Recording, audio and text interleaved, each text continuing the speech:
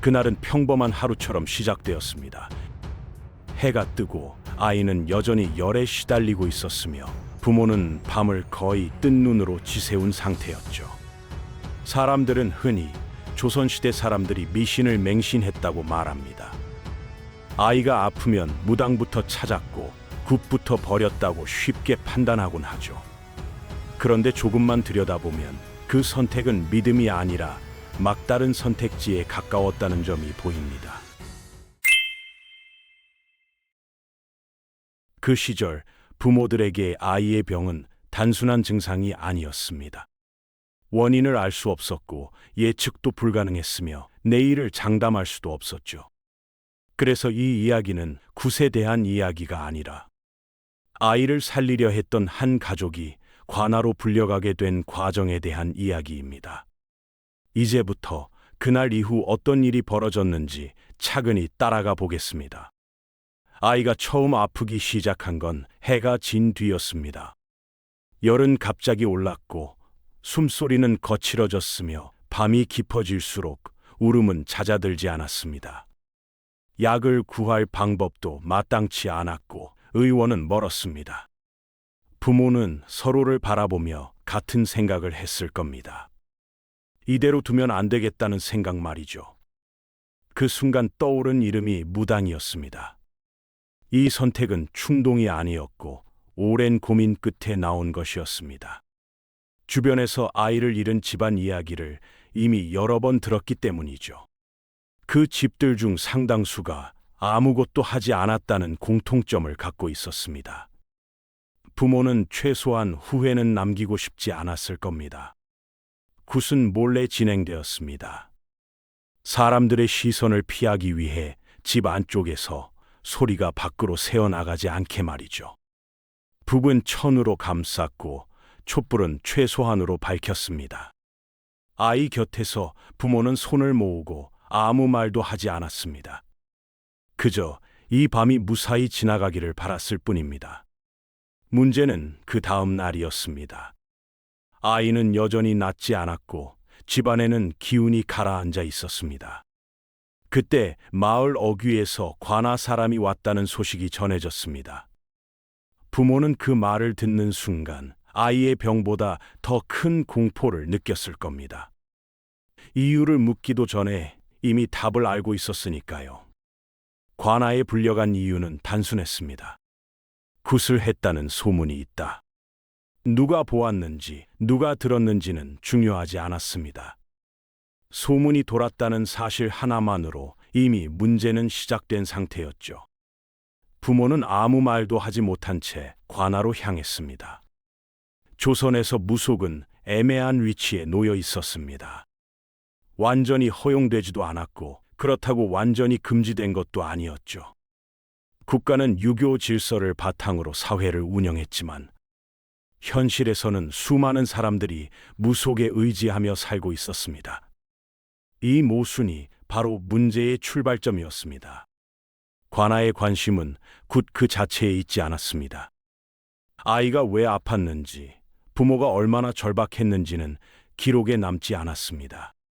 대신 남은 건 누가 무당을 불렀는지, 얼마나 많은 사람이 모였는지, 이 소문이 어디까지 퍼졌는지였습니다. 이때 관아가 가장 경계한 것은 통제되지 않은 모임이었습니다.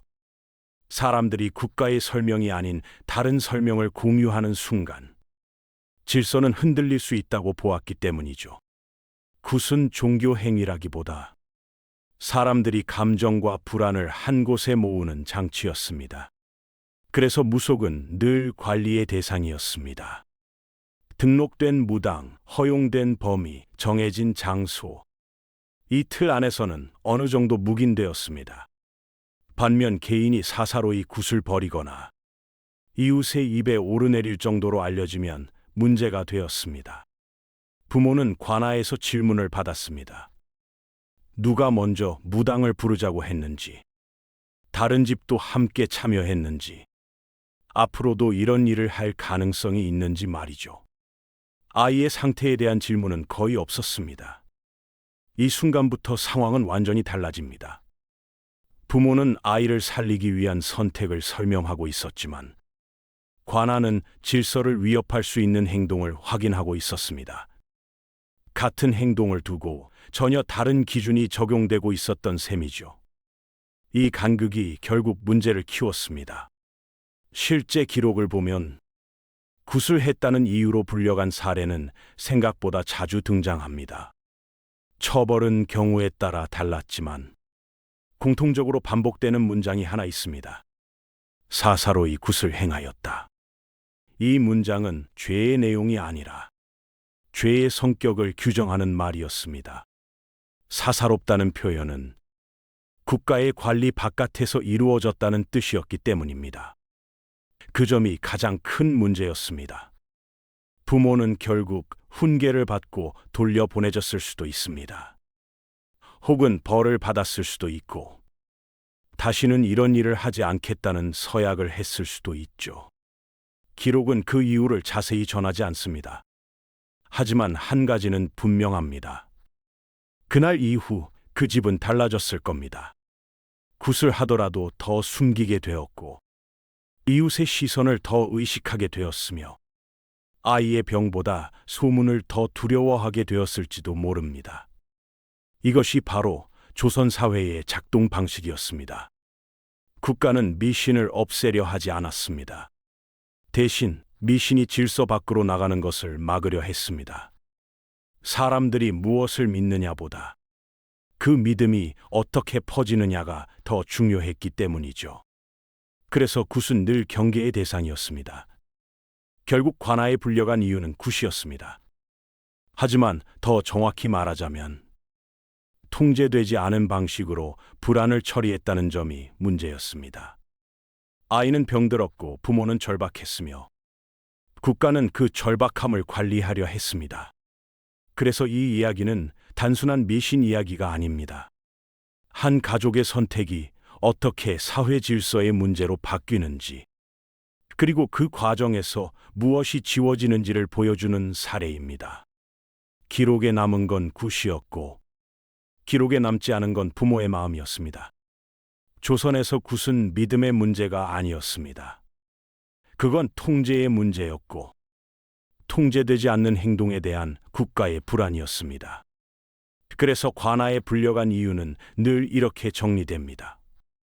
굿을 했다는 이유였다.